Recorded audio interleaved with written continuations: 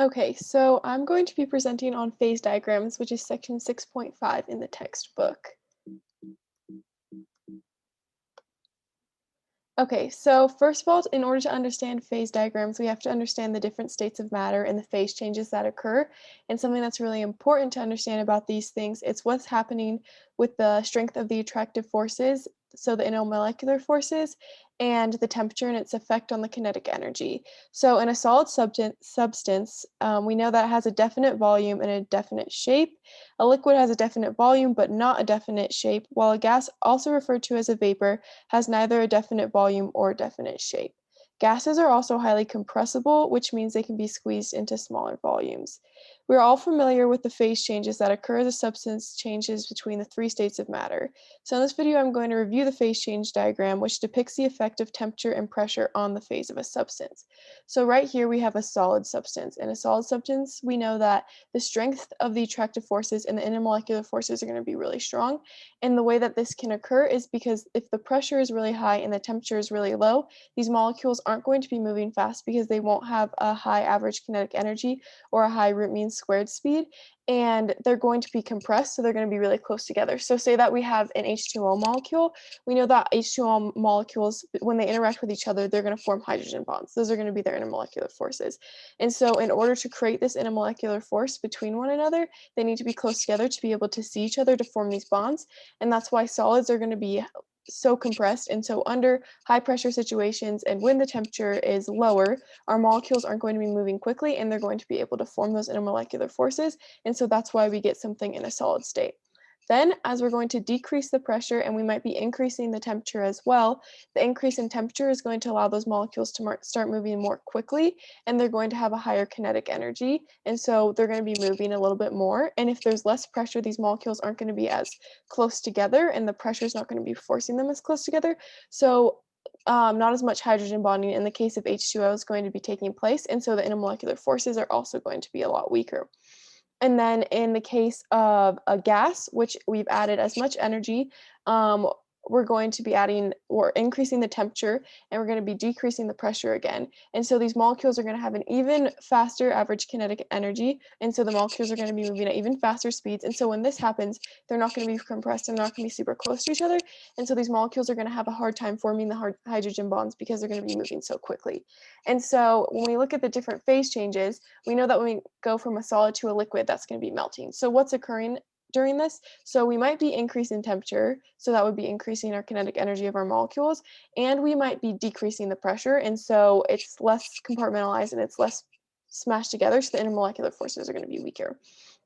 And then when we go from a liquid to a gas, this too is going to require the input of energy. So we're going to have to increase the temperature. And when we increase the temperature, what's going to happen is our molecules are going to start moving faster, and then intermolecular forces are going to be weaker. And so when we look at it from the opposite direction, say we're going from a liquid to a solid, what's happening? Well, we're going to be removing energy. And so it's going to be getting cooler or colder. And so the molecules are going to be moving less quickly. The hydrogen bonding is going to be occurring more. And the hydrogen bonding is really in the case of, I've been discussing it in the case of water, but you can look at any kind of intermolecular forces. So we can look at the strength of the dispersion forces, or we can look at the strength of cation-ion interactions, anything like that. And so this picture, we have sublimation. Sublimation we know is going from a solid to a gas directly. And so what's happening is, so we might have the temperature be increasing a ton, and the pressure will have to decrease as well so that these molecules can spread out and they're not compressed as close together. And then melting, that's going to be the input of energy again, whether that's in the case of temperature, increasing the temperature. And then vaporization, we know, is when we go from a liquid to a vapor. So in the process of vaporization, we're also increasing the temperature, like when we're boiling something on a stove. And so next, it's important to remember that phase changes are physical changes, meaning the chemical properties remain the same. So that's why we're looking at temperature and pressure, because those aren't really going to change the chemical properties of our substance. When discussing phase diagrams, it's important to understand the effect temperature and pressure have on substances. Pressure is the ratio of force to a specific surface area. Except in the case of water, which we will discuss later, the solid phases are the most dense and the vapor phases are the least dense. This means that substances occupy more volume when they melt, and this volume becomes significantly larger after vaporization or sublimation. So increasing the pressure of a substance prevents its expansion, which in turn raises the temperature. So we can see that pressure and temperature are very much related. Atmospheric pressure, on the other hand, is the weight of the Earth's atmosphere pressing down on its surface divided by its surface area. Atmospheric pressure decreases with an increase in altitude, and this is because at higher altitudes there are less molecules of gas in the air. So we'll talk about this later with boiling and understanding boiling point and why the boiling point of water might be lower here in Utah than it is at sea level. And so I'm from Denver, Colorado, and so that's Mile High City, so it's 5,280 feet. So the atmospheric pressure there is going to be 0.809, and so the boiling point is going to be a little bit lower in Colorado than it is, say, in Florida, and this is because of what we'll talk about later with boiling point. And so this graph over here is depicting temperature. So we can see that the warmer sample is going to have more energy. And when we think of this in the case of kinetic energy or in root mean squared speed, the average kinetic energy of our molecules is going to be much higher. So there's more opportunities for the molecules to be going faster speeds. And so it might be confusing because this has a wider distribution, but that's only because the molecules aren't all moving at the same exact rate. Like some molecules might be moving slower, some might be moving faster. It's just important to understand that the molecules can be moving at the speeds over here because of the energy. But when we have a colder sample, the distribution is going to be smaller, and that's because the molecules aren't moving, can't be moving as quickly and move to quicker speeds. So they're all going to be moving at similar speeds, but just at slower speeds. And so, phase diagrams are actually super simple to understand once you know how to read them. Temperature is always going to be on the x-axis of a phase diagram, while pressure is located on the y-axis. We know that temperature has a large effect on the energy of particles. The root mean squared speed, which is defined as the average kinetic energy or speed of all the particles, increases as their temperature increases, like we talked about earlier, and this is because the particles of matter are able to move more rapidly. Because they're moving more quickly, they have less an opportunity to interact with one another and form intermolecular relationships, and this allows substances to change from the solid phase to the liquid phase to the vapor phase, which is going to be our highest energy phase, besides when we talk about our supercritical fluid, which we'll discuss later. And so basically when we are trying to understand our phase diagrams, right here, this area, which most of the time this line isn't going to come down right here. You'll see this line, which is going to be our sublimation deposition line or solid gas line, equilibrium line. You're going to see it come off right here because we can have like a colder temperature, but if the pressure is like non-existent and there's not a ton of pressure, we can be in the gas phase, and that's how sublimation occurs. And so right here, this is always going to be where our solid is. Right next to the solid is going to be the liquid. And so right here, we have our solid liquid equilibrium line. So what does that mean? What does the equilibrium line mean? What basically is occurring is a phase change. So we're going to have a solid and a liquid. They're both going to be present, and a phase change is going to be occurring. And so we'll talk a little bit more about that later, but that's just important to remember that on our equilibrium lines, both states of matter are going to be present, and they're going to be separate, but they're both going to be present. And so right here we have liquid and gas. This is going to be a liquid gas equilibrium line. And then right here we have our solid and a gas. So this is going to be a solid gas equilibrium line. And so this makes sense, right? Because if we have higher pressures and we have lower temperatures, that's going to form a solid. As we increase our temperature, that's going to form a gas because intermolecular forces are going to be breaking and it's going to be moving the particles more quickly. And then in order to form a liquid, we're going to have warmer temperatures. So we're going to have to increase the energy from a solid. And in many cases, we're also going to have to decrease the pressure, but we can still form a liquid at high pressures, and we can, as long as the temperature is low enough to form, the temperature is hot enough to form a liquid. And then this point right here, D is really important too, and we're going to talk more about it later, but just know this is called the triple point. So basically the triple point is when we have a solid, liquid, and gas, like on the equilibrium lines. All of them are going to be independent, but they're going to be present at the exact same time. And so that's important to remember. And then we have E, which is going to be our critical point.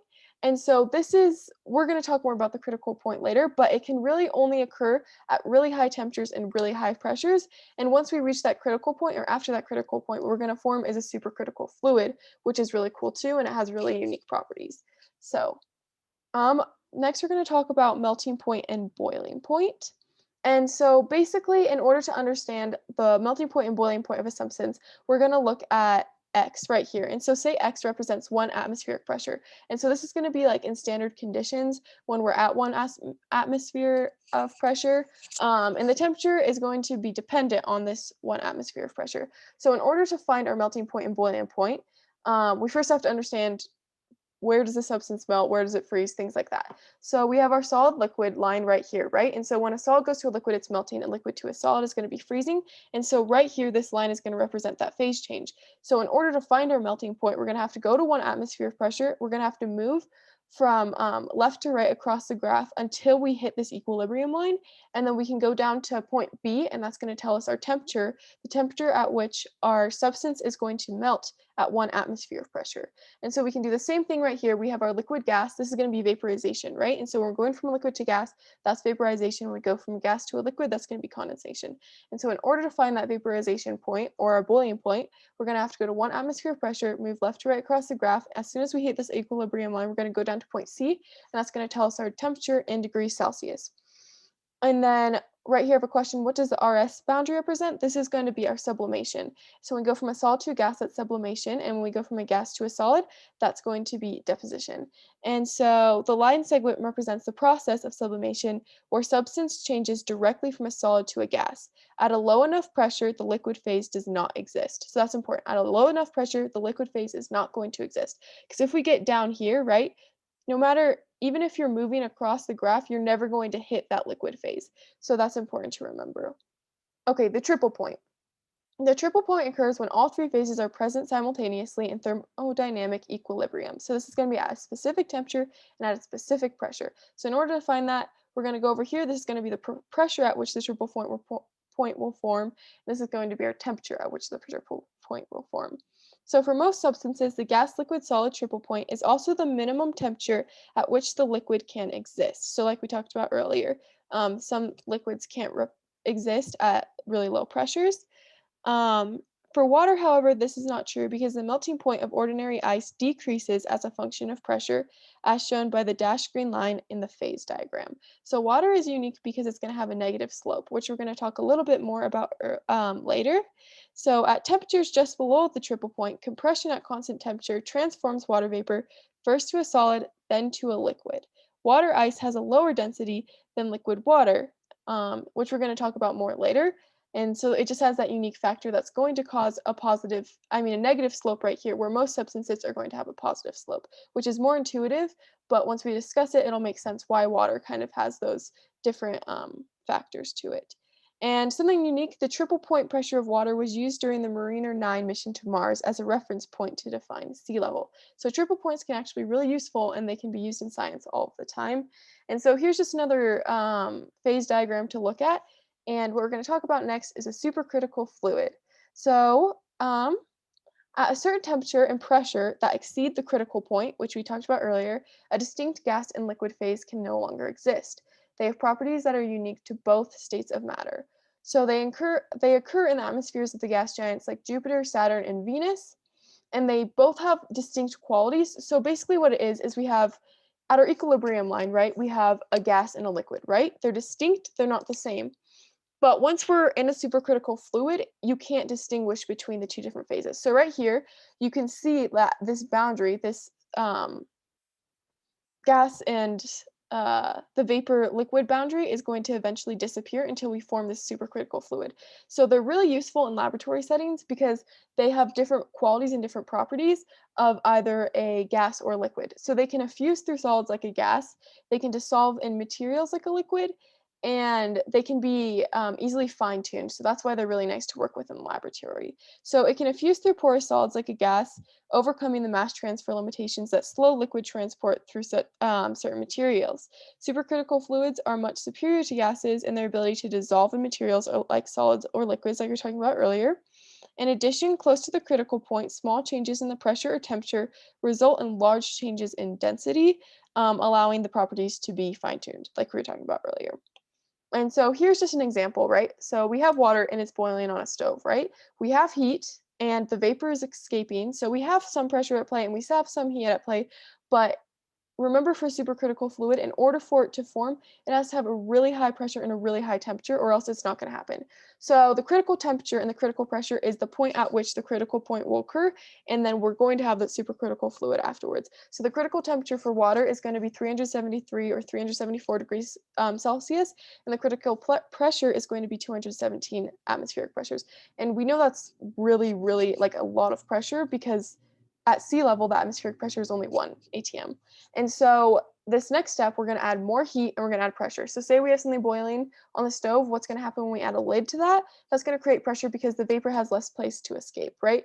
But say we're in a laboratory setting and we have the capability to heat the water to its critical temperature, and we have the ability to add so much pressure that the supercritical water occurs. And something that I found is that supercritical water is used in plant roast technology, which they use this reactor and it takes like a slurry of water in plants, and it's going to break down the plants into different its like respective properties. And so um water acts as both a solvent and a catalyst, decrystallizing and dissolving into the cellulose and hydrolyzing naturally occurring polymers of the plant.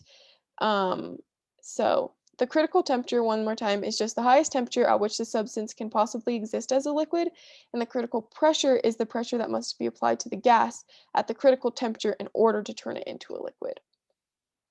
So at any temperature higher than the 373.99 degrees Celsius, the gas phase cannot be made to liquefy, no matter how much pressure is applied to the gas. So we're going to go to our next slide. Oh, sorry, hang on.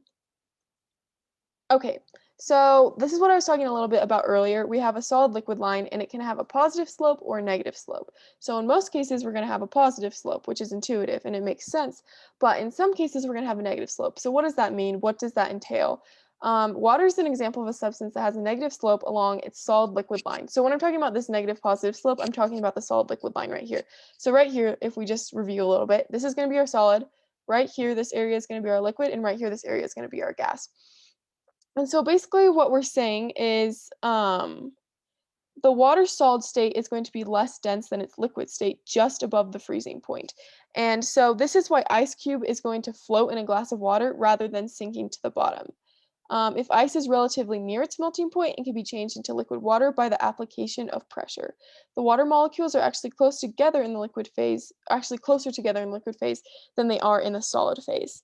Water will remain a liquid, and so I have this question, why does water remain a liquid at the bottom of the ocean where the temperature is very low and the pressure is very high, right? Because in most cases, if you think, okay, the temperature is really low, the pressure is really high, you're like, well, that's the perfect opportunity to form a solid because intermolecular forces will be really strong because the molecules are not going to be moving quickly and they're going to be really close together. So ideally, you'd be like, why is water a liquid at the bottom of the ocean where we have this instance where it's perfect to perform a solid? And that's going to be because um, of the unique qualities of water. And so it's going to remain a liquid at the bottom of the ocean because, as we discussed, water is liquefied with increasing pressure and does not remain in a solid state. This is not how many other substances behave. And for most other substances, they're going to have a positive slope. So that would make sense, right? If we have a positive slope starting right here, what does that tell us? Well, as temperature decreases, as temperature decreases and as pressure increases, we're going to be in the solid phase. But right here, notice here we have our freezing point, right? And as temperature is going to be decreasing, but say okay, we have our normal freezing point, right? Sorry. As our pressure increases, our pressure is getting higher and higher. What is that going to do? Well, if we move up the line here, it's not going to be a solid, it's going to be a liquid. So that's basically why ice cubes are going to float in water. Sometimes in the freezer, that sublimation occurs, stuff like that.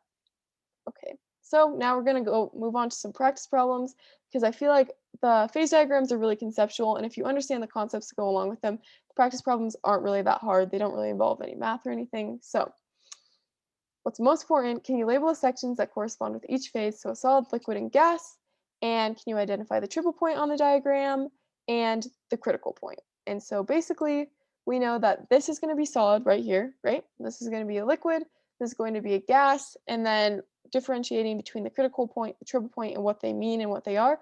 Right here is going to be our triple point. What does that mean again? Dynamic equilibrium. They're all going to be there simultaneously, but they're not going to form one substance. They're all going to be there independent of one another. And then we hit this critical point at a critical temperature and a critical pressure.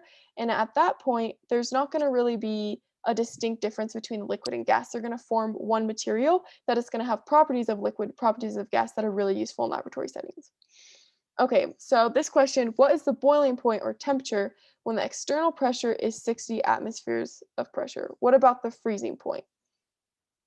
And so what we're going to do here is we're going to go to 60 on our graph. We see 60 atm. So what is the boiling point when the external pressure is 60? So what you're going to do in this case is you're going to find your pressure and you're going to move along the graph from left to the right until you hit this line, which is our solid liquid line, and you're going to drop down and you're going to say, okay, our boiling point, sorry, that was the freezing point. The freezing point is going to be 300 degrees Celsius. And then the boiling point, so that's going to be the freezing point, melting point. And then our boiling point is going to have to be along the gas and the liquid line because boiling occurs when a gas goes to when a liquid goes to a gas. Sorry. So we're going to go to 60 atm and we're going to move across until we hit this line, drop down, we're going to see 500 degrees Celsius. That makes sense because obviously the boiling point is going to be have to be higher than the melting point. If you were to have a container in your kitchen containing taste gum, which is a phase diagram for taste gum, what phase of matter would you expect to see? And so this kind of you have to think more about conceptually. So basically this is going to be 10 atmospheres of pressure at which it's going to form a solid. So it doesn't really make sense to assume that it would be in a solid phase because I don't think you're going to be in a situation where you're at 10 atm. So say we're at sea level, we're in a kitchen at sea level, it's going to have to be in the gas phase. And would your answer change if the temperature of the taste gum increases dramatically over the stove? Your answer is not really going to change because if we're still here at 1 atm, no matter how much you increase the temperature, the pressure is still going to be remaining the same, so we're not going to be changing phases. So a container of taste gum is sitting at a pressure of 45 atmospheres and a temperature of 100 degrees Celsius. Describe what will happen as the temperature is raised by 400 degrees Celsius. And so what we're going to do in this case is we're going to start, so we know that we're at 45, right? And we're going to be at 100 degrees Celsius. So we're going to find 45 in ATM, and we're going to find 100 degrees Celsius, and that's going to be right here. And it says what will happen when the temperature is raised by 400 degrees Celsius. So what we have to do is we have to start at this point, and we're going to move along with this arrow, and we're going to find out where our end point is. So what happened as we moved across? So what we did is we started as a solid, right? Then we hit a melting point, and we became a liquid, and then we hit a boiling point at that atmospheric pressure, and we're going to turn into a gas. And so the taste gum will go from a solid to a liquid to a gas. Our next question, a container of taste gum is sitting at a temperature of 300 degrees Celsius under 1 atmosphere of pressure. Describe what will happen as the pressure is increased to 90 atmospheres. So what we have here is we're going to start at 300 degrees Celsius at 1 atmosphere of pressure. So 1 atmosphere of pressure is going to be like relatively right there, right? And so what's going to happen when we change the atmosphere? So we're going to go to 90 atmospheres of pressure. So what's going to happen is we're going to go all the way up to here, remaining still at 300 degrees Celsius. So same thing here. We're going to go from a gas, and then we're going to change phases into the liquid, and then we're going to change phases one more time into a solid. And why does that happen? Well, we're applying so much pressure that we're forcing these molecules closer together. They form these intermolecular forces, and that is able to cause a phase change. Assuming it's not poisonous, could taste gum be used as a drink on Earth? Actually, I said yes here, but that's incorrect because if we look at 1 atmosphere of pressure, right, which is what we're assuming that we're at on Earth, or even if we're at like a lower pressure or higher pressure, we're not really gonna get much higher than like 1. And so if we move across, no matter what temperature we're at, we're still going to be in the gas or vapor phase. So that's my mistake. No, you cannot drink it on Earth. So yes. All right. So next we're going to talk about this last thing. The liquid gas line is equal to the vapor pressure line. 1 second. So what causes a liquid to boil? A liquid will boil when its vapor pressure is equal to its atmospheric pressure, and boiling temperature will change with external pressure or altitude. So we discussed the atmospheric pressure in Denver earlier, which is 0.809 atmospheres. The atmosphere at sea level is 1 atmosphere. We know that our substance will reach its boiling point in Denver faster than it will reach its boiling point in Florida. This is because in order for the substance to boil, the vapor pressure must equal the atmospheric pressure. Lower atmospheric pressures entail a lower vapor pressure. On the graph, we can see that at 1 atm, the substance has a boiling point of 100 degrees Celsius. But what about, say, we're in Denver at 0.809 atm? The boiling point is going to be slightly lower. So say that we move right here, let's say this is 0.809, like we're in Denver, Colorado, move across, our boiling point is going to be slightly lower because it's going to take less for that, like the external pressure to reach the, well, it's just going to take less for the boiling point to occur because the vapor pressure, it's going to take less for the vapor pressure to equal the atmospheric pressure because the atmospheric pressure is lower in Denver. And so that's all I have for this presentation. Sorry about the mistake that I had earlier. Just know that yeah. Yep, and that's gonna be all.